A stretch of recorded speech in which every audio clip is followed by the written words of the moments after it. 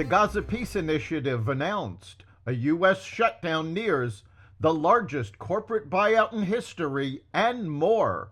Welcome to the Raw Naked Truth. I'm your host, Eric Lopkin, and here's the news you need to know. President Donald Trump and Israeli Prime Minister Benjamin Netanyahu have announced a peace proposal for Gaza, though Hamas must agree to the plan in order to move forward. Trump and Netanyahu laid out the peace plan at a news conference Monday, and Palestine's government in the occupied West Bank, along with Arab countries, said they support it. Hamas will return all hostages within 72 hours, including the bodies of dead hostages. In return, Israel will release 250 Palestinian prisoners with life sentences and 1,700 Palestinians who were detained after October 7th. Hamas members who surrender and give up weapons will be given amnesty and passage to another country. Full aid to the Gaza Strip will resume when the deal is agreed to. Gaza would be governed under a temporary, transitional, apolitical Palestinian committee supervised by an international board of peace to be headed by Trump, with other foreign leaders, including former UK Prime Minister Tony Blair. The U.S. government is scheduled to shut down at midnight. With the shutdown deadline looming, a meeting yesterday between President Trump and congressional leaders from both parties yielded no breakthrough on a deal to keep the government running once its current funding runs out. Democrats are demanding a budget that extends key Obamacare subsidies, and Senate Minority Leader Chuck Schumer said that large differences remained between the parties after the meeting. Both sides are blaming the other for the stalemate.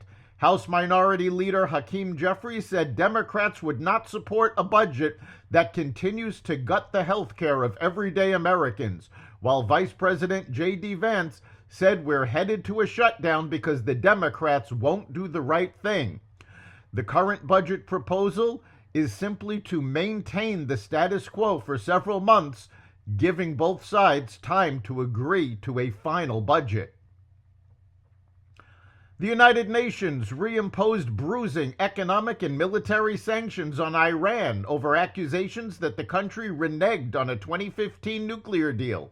The so-called snapback mechanism activated by European nations could deepen Iran's economic isolation. Our people cannot handle more economic pressure or another war, one Iranian official said. Iran has seen rising public discontent over ballooning food prices, and the new sanctions will only add to those pressures. A Florida-based multi-agency task force has seized a record 1 million pounds of cocaine during fiscal year 2025.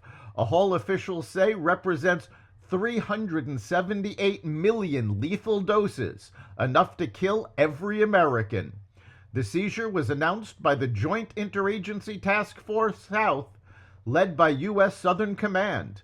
The unit, which includes the U.S. Coast Guard, works with partner nations to disrupt the flow of illicit drugs through the transit zone between South America, Central America, and the Caribbean, and to weaken transnational criminal organizations. According to the task force, the amount of drugs seized over the past 12 months is enough to fill 42 dump trucks.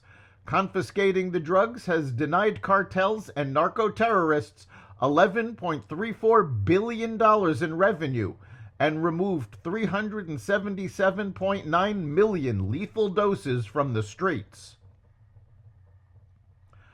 Two powerful storms are currently churning in the Atlantic, and while Tropical Storm Imelda and Hurricane Humberto aren't currently forecast to strike the U.S. directly, they're bringing heavy weather to the East Coast.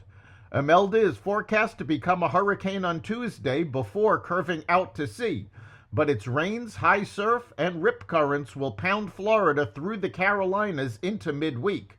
Officials in Florida say a man was killed after getting caught in a rip current over the weekend.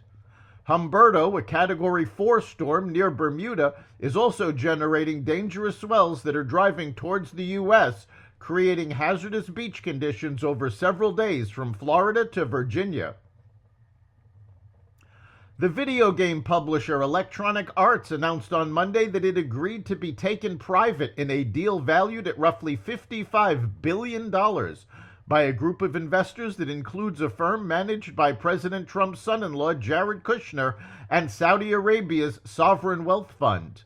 The deal would pay stockholders $210 per share in cash, a 25% premium to the company's share prices before news of the deal leaked.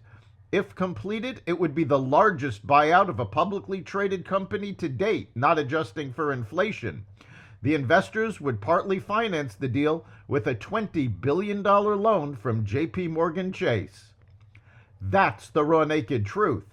You can catch every episode of the Raw Naked Truth Daily News Brief, as well as our sister podcast, Carnivore Radio, with news analysis and commentary, and the rest of the Xvadio Podcast Network at xvadio.com, the Apple Podcast app, YouTube, Rumble, Spotify, iHeartRadio, Audible, Amazon Music, and other platforms that respect freedom of speech.